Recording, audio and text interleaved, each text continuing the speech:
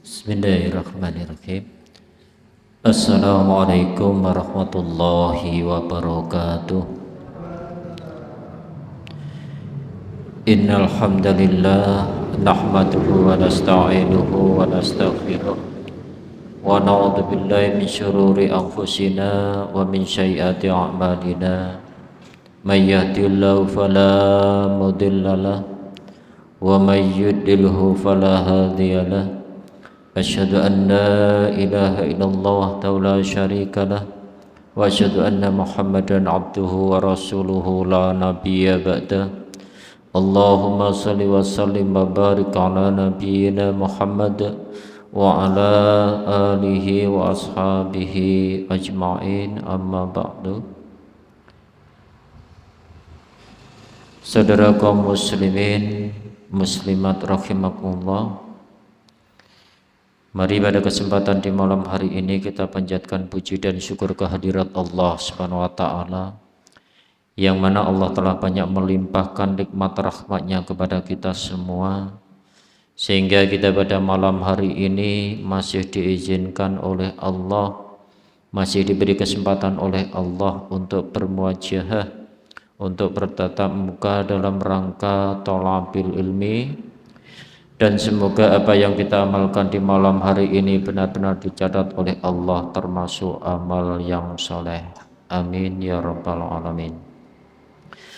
Salawat berta salam tetap tercurah limpahkan kepada junjungan kita Nabi besar Muhammad sallallahu alaihi wasallam. Atas jasa beliaulah sehingga kita di malam hari ini masih merasakan ajaran-ajaran Islam yang sesungguhnya. Saudara kaum muslimin muslimat rahimakumullah, mari kita lanjutkan kembali kajian tafsir surat Al-Baqarah ayat 142 ya. Pas juz 2 ini yuk. Ayat 142. أعوذ بالله من الشيطان الرجيم بسم الله الرحمن الرحيم سيقول السفهاء من الناس ما ولاهم عن قبلتهم التي كانوا عليها قل لله المشرق والمغرب يهدي من يشاء إلى صراط مستقيم وكذلك جعلناكم أمة وسطا لتكونوا شهداء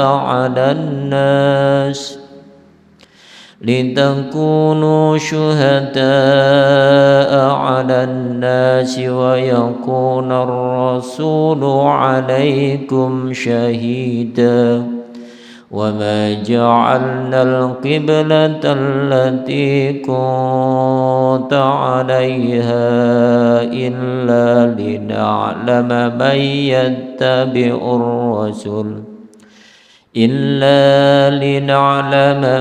يتبع الرسول ممن ينقلب على عقبيه وإن كانت لكبيرة إلا على الذين هدى الله وما كان الله ليضيع إيمانكم إن الله بالناس لرؤوف رحيم قد نرى تقلب وجهك في السماء فلنولينك قبلة ترضاها فول وجهك شطر المسجد الحرام وحيث ما كنتم فولوا وجوهكم شطرا وإن الذين أوتوا الكتاب ليعلمون أنه الحق من ربهم وما الله بغافل عما يعملون صدق الله العظيم.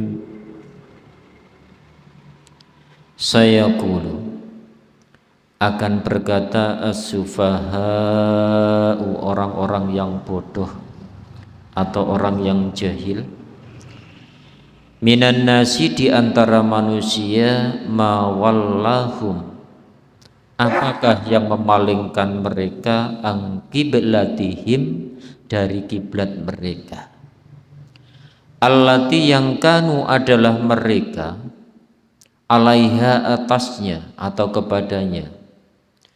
Kul, katakanlah, lillahi, kepunyaan Allah, al-masyriku, timur, wal maghribu, dan barat. Yahdi, dia Allah memberi petunjuk, man, siapa, yasha, dia kehendaki, ila siratin, kepada jalan mustaqim, yang lurus. Jadi pada ayat atau surat Al-Baqarah ayat 142 ini perlu diketahui ya, bahwa asbabul nuzulnya pada saat itu ya. Jadi ketika Nabi ya, ini ceritanya kan Nabi semenjak di Mekah itu kiblatnya itu ke Baitul Maqdis. Jadi ketika sholat itu menghadapnya ke Baitul Maqdis atau Bethlehem ya. Baik saniki atau sekarang yang menjadi rebutan ya di Palestina. Itu Baitul Maqdis. Pada saat itu Nabi pun sebenarnya ketika menghadap Baitul Maqdis itu di dalam hatinya itu apa ya? Sedikit kurang mantap sebenarnya. Kurang mantap. Oleh karena itu pada saat di Mekah Nabi itu kalau sholat ya, kalau sholat ada yang mengatakan itu adalah yaitu rukun napa nggih? Artinya zamani nggih, yaitu sama-sam sam'i.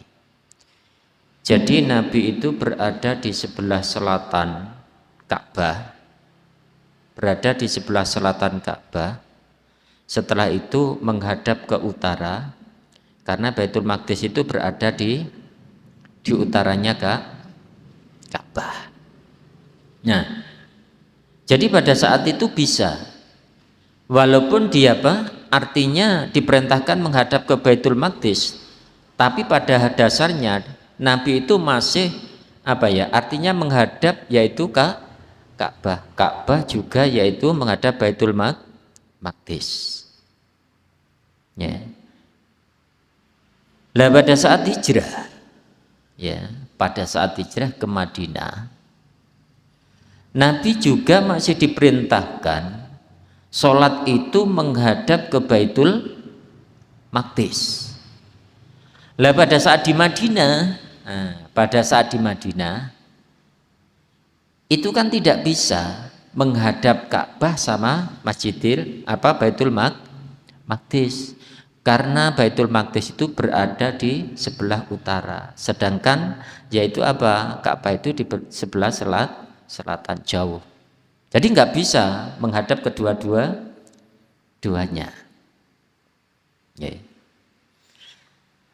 Akhirnya ada perintah dari Allah ya, pada saat itu 16 atau 17 bulan di dalam atau berkiblat ke Baitul Maqdis. Nah, ada perintah dari Allah supaya yaitu kembali menghadap ke Masjidil Haram atau Ka'bah. Lah pada saat Nabi dan para sahabat itu menghadap yaitu Masjidil Haram ataupun Ka'bah, pada saat itu saya kulus sufaha, orang-orang yang bodoh. Yang dimaksud orang bodoh ini adalah pertama yaitu orang-orang Yahudi, ya. Yang kedua adalah yaitu orang munafik, ya. Yang ketiga adalah orang musyrik. Orang musyrik. Saya kulus sufaha'u minan nas, sebagian tapi tidak seluruhnya. Ya, bisa dikatakan itu adalah tokoh-tokoh orang Yahudi. Mawallahum, apakah yang memalingkan mereka ang kiblatihim, dari kiblat mereka, allati yang kanu adalah mereka alaiha, atasnya. Kenapa si Muhammad itu kok sekarang kiblatnya berubah? Maksudnya apa ini?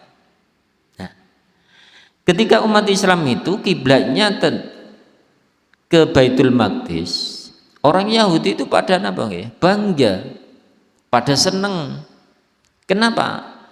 Karena dia sudah merasa benar, agamanya paling benar dan harus diikuti. Pada saat itu Allah memerintahkan umat Islam yaitu menghadap ke Baitul Maqdis. Merasa lebih benar, paling benar dan bangga. Ya, umat Islam sekarang mengikuti agamaku. Itu kata orang-orang Yahudi. Sehingga pada saat Nabi itu berpaling, artinya berpaling dari Baitul Maqdis menuju apa? Ka'bah atau Masjidil Haram. Orang-orang Yahudi itu pada kecewa. Apa maksudnya ini? Ya, lek jaro kasarane itu begini. Masa menghadap itu apa ya? Artinya setelah sini, situ, sini, situ. Dianggapnya orang Yahudi mengatakan bahwa agama Islam itu adalah agama yang plain plan. Setelah menghadap Baitul Maqdis, setelah itu menghadap Masjidil Haram. Kalau orang yang tidak tahu tentang agama, tentang perintah Allah, maka dia akan menuduh bahwa agama Islam itu adalah agama yang plain plan. Maka dia kecewa. Maka diperintahkan oleh Allah, kul, katakanlah wahai Muhammad kepada siapa? As-sufaha, orang-orang yang bodoh, orang-orang yang tidak ngerti. Yang dimaksud as-sufaha ini bukan karena dia nggak pinter, enggak. Karena dia tidak memahami tentang agama yang sebenarnya. Maka dia dikatakan as-sufaha, orang yang bodoh. Kalau orangnya sih pinter, pandai dalam ilmu pengetahuan, tapi bodoh dalam urusan agama. Termasuk orang-orang Yahudi, orangnya pandai-pandai, orangnya pinter, tapi urusan agama, nah itu seenaknya. Kul, katakanlah wahai Muhammad, billahi, kepunyaan Allah, al-masyriqu, timur, wal maghrib, dan barat. Maksudnya apa ayat ini? Katakan pada orang-orang Yahudi, ya, bahwa timur dan barat itu milik Allah. Terserah Allah mau dihadapkan kemana manusia itu. Maksudnya begitu. Ya, misalnya dipindah hari ini ke sini, hari itu ke situ. Itu terserah Allah. Kalau memang Allah memerintahkan, maka setiap rasul, setiap umatnya harus mengikuti. Ya, karena yang namanya ibadah itu adalah ketaatan kepada Allah. Itu yang diperhitungkan. Jadi ketaatannya. Kalau seandainya Allah mengganti lagi misalnya ke Baitul Maqdis, ya harus mengikuti. Kalau seandainya, gitu ya. Tapi setelah apa? Dari Baitul Maqdis, setelah itu ke Masjidil Haram, tidak kembali. Karena pada saat itu yang dicintai oleh Nabi sesungguhnya adalah yaitu Masjidil Haram atau Ka'bah. Katakan wahai Muhammad kepada orang-orang yang as-sufaha, orang-orang yang bodoh itu, timur dan barat itu milik Allah, terserah Allah. Allah mau menghadapkan manusia dalam ibadah itu kemana, itu adalah urusan Allah. Yahdi, dia Allah memberi petunjuk, man, siapa yasa'u, dia kehendaki, ila sirati mustaqim, kepada jalan yang lurus. Oleh karena itu petunjuk itu adalah yaitu milik Allah. Yang berhak memberikan petunjuk itu hanya Allah. Manusia tidak punya kuasa untuk memberi petunjuk. Bahkan Nabi pun tidak kuasa untuk memberikan petunjuk.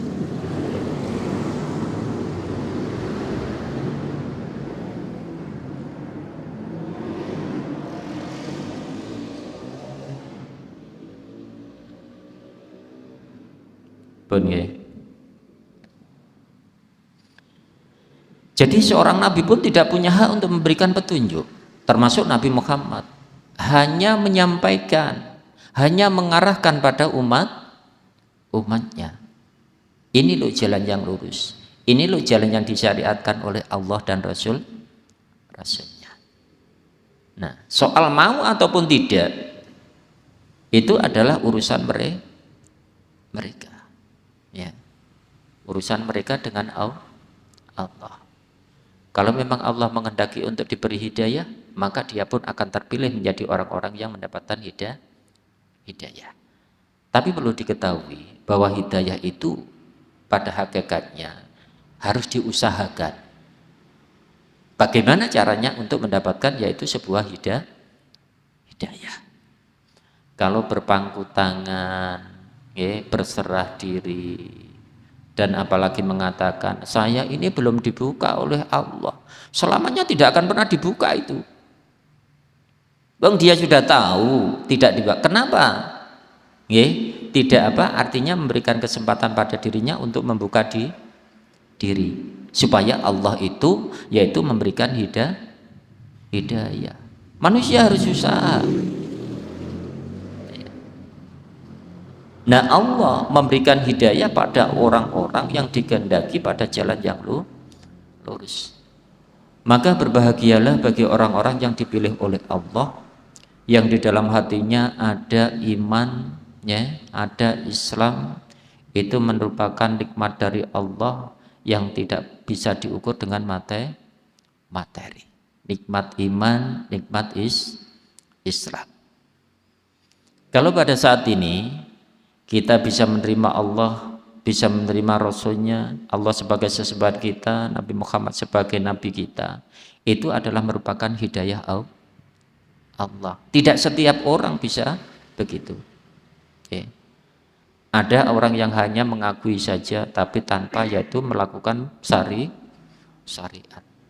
Padahal konsekuensinya, orang yang sudah mengakui, orang yang sudah beriman, orang yang sudah bersaksi, itu sesungguhnya dia harus mau dan wajib melakukan syariat, bukan hanya mengakui saja ataupun bersumpah, bersaksi, asyhadu alla ilaha illallah wa asyhadu anna muhammadar rasulullah. Setelah itu tanpa melakukan syariat. Islam kurang sempurna. Islam itu tidak bisa dipisahkan antara satu dengan yang lainnya. Setelah syahadat, sholat. Setelah sholatnya sempurna, zakat. Setelah itu puasa. Setelah itu haji. Bila mana punya kemampuan. Maka orang yang diberangkatkan oleh Allah, diperjalankan oleh Allah ke masjid dengan ikhlas mencari ilmu, itu adalah bagian daripada hidayah Allah. Karena tidak setiap orang mau jalan ke masjid untuk mencari ilmu. Orang lebih memilih di rumah, orang lebih memilih di rumah di hadapan TV, orang lebih memilih rumah dengan yaitu duduk manis, apalagi yaitu gerimis. Kan enak namanya. Padahal sesungguhnya ketika kita datang ke masjid, pertama itu merupakan hidayah Allah. Yang kedua, kita akan senantiasa didoakan para malaikat, dimintakan ampun kepada Allah, nggih, dimohonkan oleh para malaikat agar kita digolongkan, dimasukkan orang-orang penghuni surga. Itu tidak bisa dinilai dengan apa? Harta. Nggih. Banyak para malaikat, ribuan malaikat mendoakan panjenengan. Nggih. Meskipun panjenengan niku napa ten mriki misale enak-enak kan? Apa bedanya sih di rumah dengan di sini? Nggih. Di sini kan enak, ya teman nih kata banyak teman. Nggih. Di rumah belum tentu dapat pahala. Tapi kalau di sini kalau kita niatnya ikhlas, insya Allah Allah akan senantiasa memberikan pahala. Selain itu doa para malaikat senantiasa menyertai kita. Itulah hidayah Allah. Maka mari kita pelihara dengan berdoa, Rabbana la tuzigh qulubana ba'da idh hadaitana wa hab lana min ladunka rahmah innaka antal wahhab. Ya muqallibal qulub tsabbit qalbi ala dinik, ya muqallibal qulub tsabbit qalbi alal iman. Allahumma faqihna fiddin, Allahumma faqihna fiddin. Ya, harapan kita Allah senantiasa menancapkan keimanan itu ada pada hati kita sampai kita dipanggil oleh Allah. Karena itu nanti yang akan menjadi saksi ya, untuk kita ketika kita bertemu dengan Allah. Wa kadzalika, dan demikian itu ja'alnakum, kami telah menjadikan kamu wasatan, ummatan, ya, umat wasaton, pertengahan. Ya, wasaton ada yang memberikan makna yaitu umat yang adil. Untuk apa? Litakunu, agar kamu menjadi syuhada, saksi-saksi, alan nasi, atas manusia. Jadi nanti Nabi Muhammad ya, Nabi Muhammad dan umatnya ini termasuk umat yang pertengahan. Ada yang mengatakan wasaton itu karena syariatnya sangat sempurna. Jadi syariatnya Nabi Muhammad ini sangat sempurna sekali. Yeah. Jadi melengkapi seluruh syariat-syariat para nabi, para rasul. Terus dikatakan umat yang adil karena nanti pada hari kiamat Nabi Muhammad dan umatnya ini nanti akan menjadi saksi seluruh umat manusia. Dikatakan di dalam hadis, ini diriwayatkan oleh Imam Ahmad. Pada saat itu Nabi Nuh dipanggil oleh Allah, wahai Nuh. Ya, setelah itu datang ditanya, wahai Nuh, apakah kamu sudah menyampaikan syariat-syariat dariku? Atau menyampaikan syariat, sebuah ajaran, sebuah wahyu yang datang dari Allah.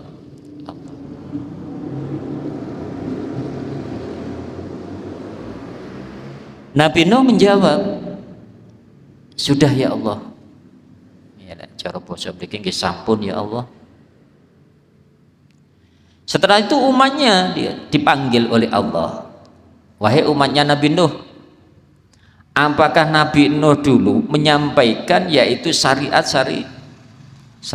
Apa jawabnya umatnya?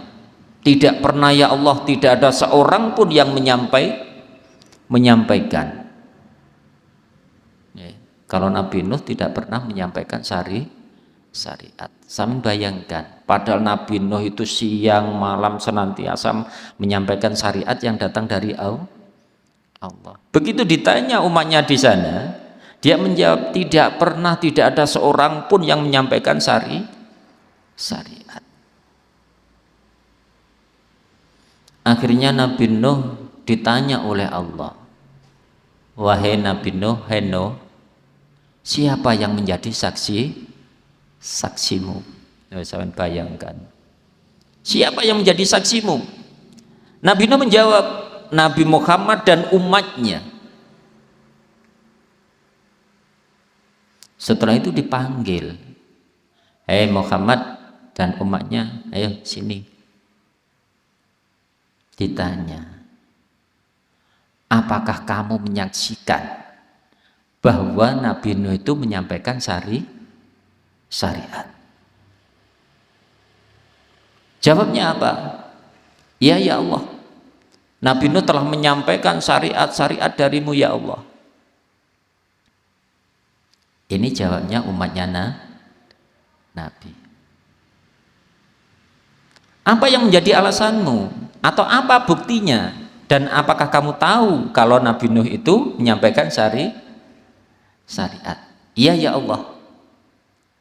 Karena Nabi datang kepada kami, ya, maksudnya Nabi Muhammad datang kepada kami dan menyampaikan bahwa para rasul telah menyampaikan yaitu risalah-risalahnya atau syariat-syariat yang datang dari Allah.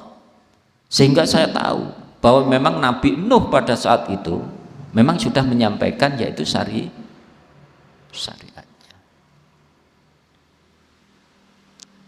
Itulah yang dimaksud, yaitu apa pengertian di dalam ayat ini. Ummatan wasatan litakunu syuhada'a 'alan nas. Jadi Nabi Muhammad dan umatnya nanti akan menjadi saksi. Oleh karena itu tidak bisa menjadi saksi ketika kita itu tidak mengkaji Quran. Mana tahu ceritanya Nabi Nuh, Nabi Hud, Nabi Soleh, Nabi Sulaiman dan lain sebagainya. Ya, pada saat itu yang datang Nabi kepada para sahabat. Kalau yang datang kepada kita ya syariatnya ini Quran dan sunnah Nabi yang kita kaji sehingga kita tahu dan kita yakin bahwa apa yang disampaikan oleh Nabi kita Muhammad itu adalah hak, itu adalah benar dari Allah. Sehingga kita tahu setiap Rasul itu pasti menyampaikan syariat kepada umatnya. Kita tahunya jadi Quran ini. Oleh karena itu kita nanti akan menjadi saksi bagi seluruh umat. Ketika umatnya para nabi yang lain itu membantah bahwa tidak ada seorang pun yang menyampaikan syariat dari Allah, maka umatnya Nabi nanti yang akan menjadi saksi, termasuk kita menyaksikan orang lain, ya, umat lain, dan juga menjadi saksi bagi diri kita sendiri. Itulah ya. Wa yakuna dan adalah ar-rasul, yaitu Rasul alaikum atas kamu syahidan menjadi saksi, dan juga termasuk yaitu Nabi Muhammad itu nanti akan menjadi saksi bagi seluruh yaitu apa umat manusia. Padahal Nabi Muhammad adalah Nabi yang terakhir. Akan tetapi kedudukan Nabi Muhammad dibandingkan dengan Rasul-Rasul yang lain adalah Nabi Muhammad lebih unggul, lebih mulia, dan punya yaitu derajat yang lebih tinggi. Dengan bukti apa? Namanya disejajarkan dengan Allah. La ilaha illallah Muhammadar Rasulullah. Itu adalah derajat seorang nabi yaitu Nabi Muhammad. Wa ma ja'alna dan tidaklah kami jadikan al-qiblata, kiblat atau tempat menghadap, itu namanya kiblat, ya. Kita sekarang kiblat kita adalah yaitu Ka'bah. Kalau ditanya kiblat orang Islam kemana? Ke barat, Ka'bah, ya. Jadi kiblatnya itu Ka'bah. Kebetulan kita itu berada di sebelah timurnya Ka'bah, sehingga kita menghadap yaitu ke barat, tapi agak kecondong, ya, agak condong. Nah, kalau misalnya orang di Madinah menghadap kemana? Ya, yang pernah haji menghadap ke selatan, ya, karena Madinah itu berada di sebelah utara Ka'bah. Jadi tempat kiblat atau kiblat itu adalah Ka'bah. Allati yang kunta adalah kami menghadap alaiha atasnya. Tujuannya apa? Illa kecuali lina lama agar kami mengetahui man siapa yattabi'u yang mengikuti ar-rasulah Rasul. Saya bayangkan Allah memerintahkan, ya, Allah memerintahkan menghadap Baitul Maqdis, ya, atau kiblat pada saat itu tujuannya adalah menguji setiap umat manusia apakah dia taat kepada Rasulnya ataupun tidak. Karena yang menjadi ukurannya itu adalah ketaatan, ya, ketaatan kita kepada Allah ataupun ketaatan kita kepada seorang Rasul, ya. Walaupun itu misalnya menghadap ke Baitul Maqdis, ya, ke Baitul Maqdis. Pada saat itu para sahabat pun sama, ya. Yang satu agak ragu, yang satu lagi istilahnya itu kurang serg, ketika tidak menghadap yaitu ke Masjidil Haram. Tapi karena itu merupakan perintah Allah, walaupun di dalam hati itu rasa berat, tapi harus tetap taat kepada perintah Allah. Ya. Walaupun kita berat di dalam melakukan syariat, tapi karena itu perintah Allah, kita wajib taat kepada perintah Allah. Walaupun terasa berat. Ya. Mungkin bagi kita kadang-kadang ada yang enggak berat, tapi pada hakikatnya ada di antara kita itu melakukan syariat itu merasa berat. Ya. Sholat saja ada yang mengatakan bahwa melakukan sholat itu sangat berat. Apalagi yaitu apa? Sholat asar. Sholat yang paling berat itu sholat apa? Asar dan subuh. Paling berat. Orang itu di kala asar itu biasanya orang itu apa ya? Sering terlambat. Karena apa? Menyelesaikan pekerjaannya. Nutuk. Itu biasanya asar, sering ketinggalan. Kalau subuh itu bukan karena pekerjaan, tapi karena apa? Ketiduran. Bukan kok ketiduran, tapi ya tidur. Ya. Sudah terlalu malam tidurnya, ya, terlalu malam, bahkan kadang-kadang melebihi jam 12. Kalau kita kepingin sehat, tirulah, yaitu tidurnya Rasulullah. Tidur yang terbaik itu adalah setelah Isya, ya, setelah Isya nanti sampai jam 2 itu tidur yang terbaik. Jangan coba, ya, setelah Isya, begitu Isya sholat selesai tidur, setelah itu bangun jam 2 sehat. Mboten ngantuk. Tapi kalau tidurnya misalnya jam 11, jam 12, bangun jam 3, ya seliut-seliut. Terus di pagi harinya kita bekerja, biasanya enggak sebegitu kuat, lemah karena ngantuk. Oleh karena itu biasakan setelah Isya tidur. Jenengan nek tidur jaminan setelah Isya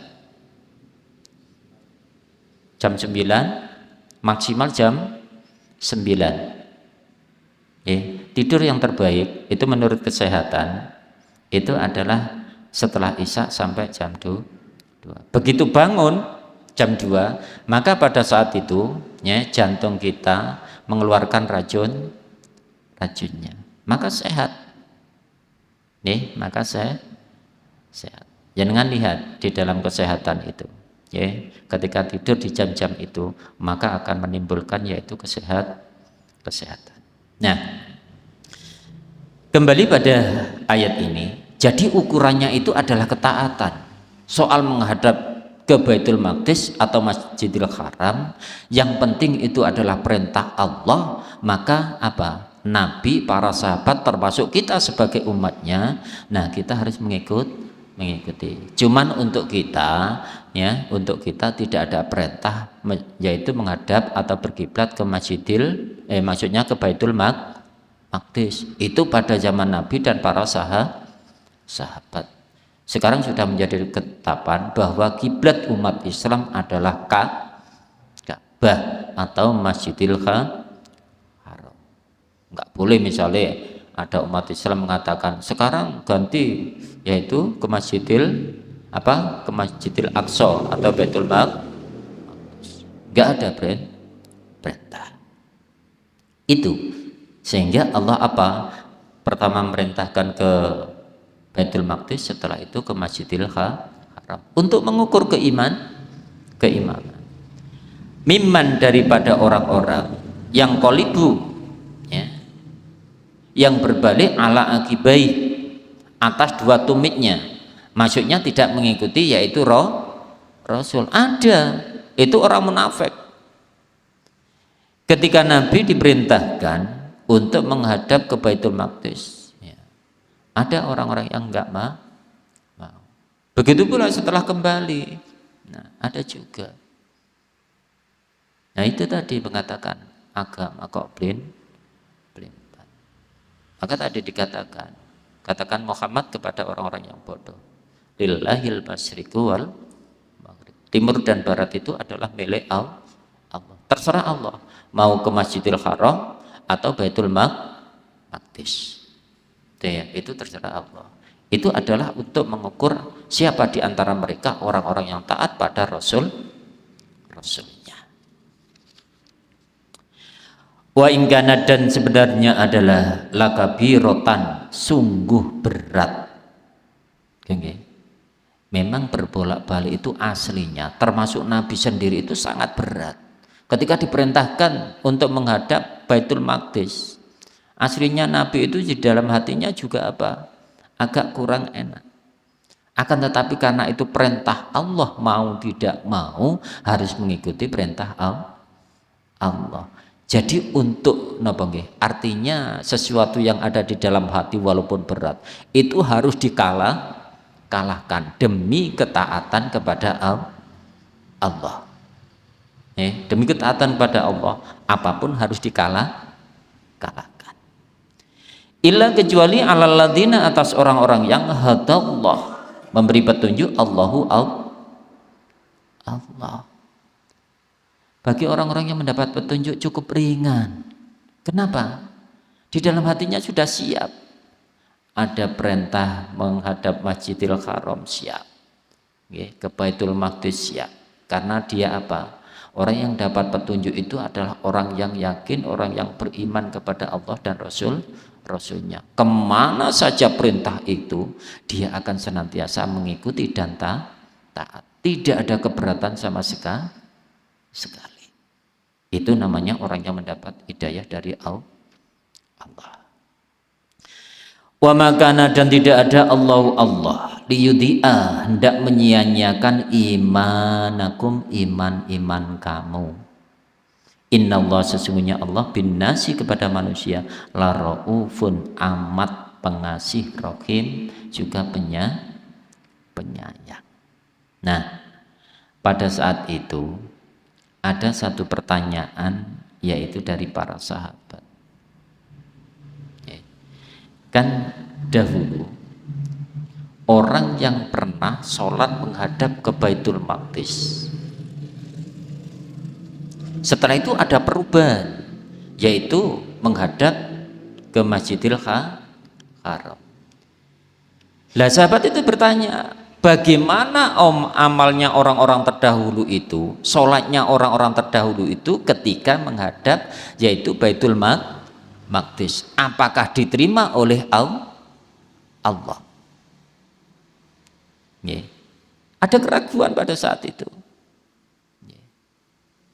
Nah, pada saat itu diriwayatkan di dalam sebuah hadis, ada orang-orang generasi tua ini yang sudah wafat, dan pada saat itu orang tersebut adalah ketika sholat menghadap ke Baitul Maqdis. Setelah itu ditanyakan, para sahabat yang bertanya kepada Rasul, bagaimana keadaan orang-orang dahulu yang pada saat itu sholat menghadap Baitul Maqdis? Jawaban Nabi apa? Ya ini. Wa ma kana Allahu liyudhi'a imanakum. Allah tidak akan pernah menyia-nyiakan iman, ibadahnya, sholatnya. Dia dalam keadaan baik-baik saja. Karena dia menghadap ke Baitul Maqdis itu adalah dalam rangka mentaati perintah Allah dan Rasulnya. Sehingga apapun yang dilakukan yang namanya ibadah pada saat itu tetap akan mendapatkan yaitu imbalan yang terbaik dari Allah. Lalu sampai ditanyakan itu, ya, bagaimana keadaan orang-orang dulu yang pada saat itu sholat menghadap Baitul Maqdis, apakah diterima oleh Allah atau tidak? Bahkan dia sudah mati ditanyakan bagaimana keadaannya. Maksudnya apa? Apakah dia masuk surga ataukah neraka? Jawabnya apa? Tidak disia-siakan oleh Allah. Maka kuncinya apa? Ketaatan pada Allah dan Rasulnya. Apapun bentuknya ibadah itu, pokoknya taat Allah dan Rasulnya, maka dia tidak pernah disia-siakan. Bahkan Allah memberikan imbalan yang terbaik berlipat ganda, ya, yang mana tidak bisa dinilai dengan materi. Tidak bisa. Karena kebaikan Allah di surga setelah Pak di surga itu masih baik dibandingkan dengan dunia dan seisinya. Terus apalagi kita dihindarkan oleh Allah dari siang neraka, itu adalah merupakan kenikmatan yang terbesar dan itu tidak bisa dinilai oleh materi. Kalau Allah pernah berfirman atau berkata, seandainya orang yang berdosa itu menebus dengan emas segunung atau 2 gunung, bahkan termasuk dunia ini berupa emas untuk ditebuskan, maka tidak akan pernah diterima oleh Allah. Tidak akan pernah diterima. Nah, kalau sekarang ada seorang hamba dihindarkan oleh Allah dari siksa neraka, bukankah itu merupakan kenikmatan yang tidak terhingga? Seandainya diukur dengan emas sedunia pun masih tinggi itu penilaiannya. Itulah nikmat rahmat dari Allah. Oleh karena itu di dalam ibadah, kuncinya adalah ketaatan kepada Allah dan Rasulnya. Itu kuncinya. Ketika kita melakukan sesuatu yang tidak ada perintah dari Allah dan Rasulnya, maka kata Nabi mardudun, artinya amalan itu akan tertolak. Oleh karena itu berhati-hatilah ketika kita melakukan yaitu sebuah ibadah. Inna Allah, sesungguhnya Allah bin nasi kepada manusia laraufun, amat pengasih, ar-rahim atau rahim, maha penyayang. Kurang apa Allah itu? Kasih sayang Allah terhadap hambanya. Kita sudah dilengkapi semua kenikmatan yang kita tidak bisa untuk membelinya. Tidak bisa kita membelinya. Seandainya kita bekerja seumur hidup tidak akan mampu untuk membeli nikmat Allah. Wa in ta'udhu nikmatallahi la tuhsuha. Tidak bisa menghitung nikmat Allah. Belum lagi nikmat yang lainnya. Begitu kadang-kadang seorang hamba masih ingkar kepada Allah. Rezeki dipenuhi, segala sesuatu dipenuhi, kurang apa Allah? Allah masih bersabar. Kita melakukan maksiat, Allah sabar. Kita tidak langsung disiksa. Iya kan? Kita kan sering melakukan maksiat. Seandainya Allah itu bukan penyabar, kita langsung diazab oleh Allah. Itu menunjukkan bahwa Allah masih memberikan kesempatan pada kita untuk bertobat. Ingat itu. Ketika kita dibiarkan, berarti Allah masih memberikan kesempatan. Jangan malah disalahgunakan, diberi kesempatan malah litak-litu, enak-enakan berbuat maksiat. Itu namanya orang yang tidak tahu diri. Boten berterima kasih kepada Allah. Oleh karena itu, mari kita niati di dalam hidup kita senantiasa melakukan ketaatan kepada Allah di dalam ibadah-ibadahnya. Jangan sampai kita melakukan sebuah ibadah yang mana tidak ada perintah dari Allah dan Rasulnya. Rasulnya, sehingga nanti kita termasuk orang-orang yang rugi. Semoga kita diberi oleh Allah kekuatan senantiasa menjadi orang-orang yang sabar, senantiasa menjadi orang-orang yang taat kepada Allah, dan semoga kita atau hidup kita bahagia dunia hingga akhirat. Amin ya rabbal alamin. Saya kira cukup itu nih ya. Oh nggih, monggo. Nggih.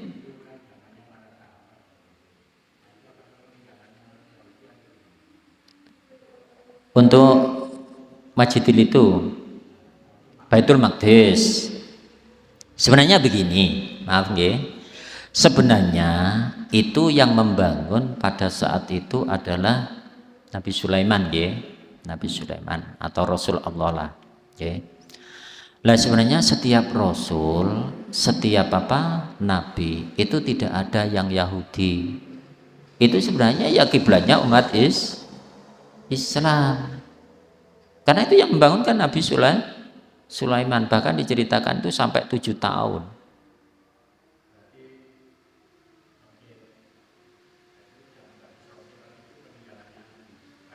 Iya, itu yang membangunkan Nabi Sulaiman. Terus diteruskan siapa itu? Nabi Daud insya Allah itu. Nah, itu kan umat Islam ya. Artinya setiap rasul itu tidak ada yang Yahudi, Islam sebenarnya. Ya, Islam. Terus setelah itu diaku-aku, nah sehingga menjadi tempat ibadah yaitu orang-orang Yahudi. Ya, itu sebenarnya umat Islam lah. Tidak ada para nabi, para rasul itu yang tidak Islam. Bahkan di dalam Al-Quran cukup lengkap. Ya. Jadi itu bukan peninggalan orang-orang Yahudi. Ya cuman orang-orang Yahudi saja yang misalnya mengaku. Cuman pada zaman itu memang zamannya Bani Israel. Bani Israel itu sebenarnya aslinya adalah penolong agama Allah, bukan Yahudi itu. Jadi penolong agama Allah itu artinya Bani Israel. Dan nah, saya kira cukup kajian pada malam hari ini, semoga ada manfaatnya bagi kita semua. Mari kita akhiri dengan bacaan alhamdulillah bersama. Alhamdulillahirabbil alamin. Assalamualaikum warahmatullahi wabarakatuh.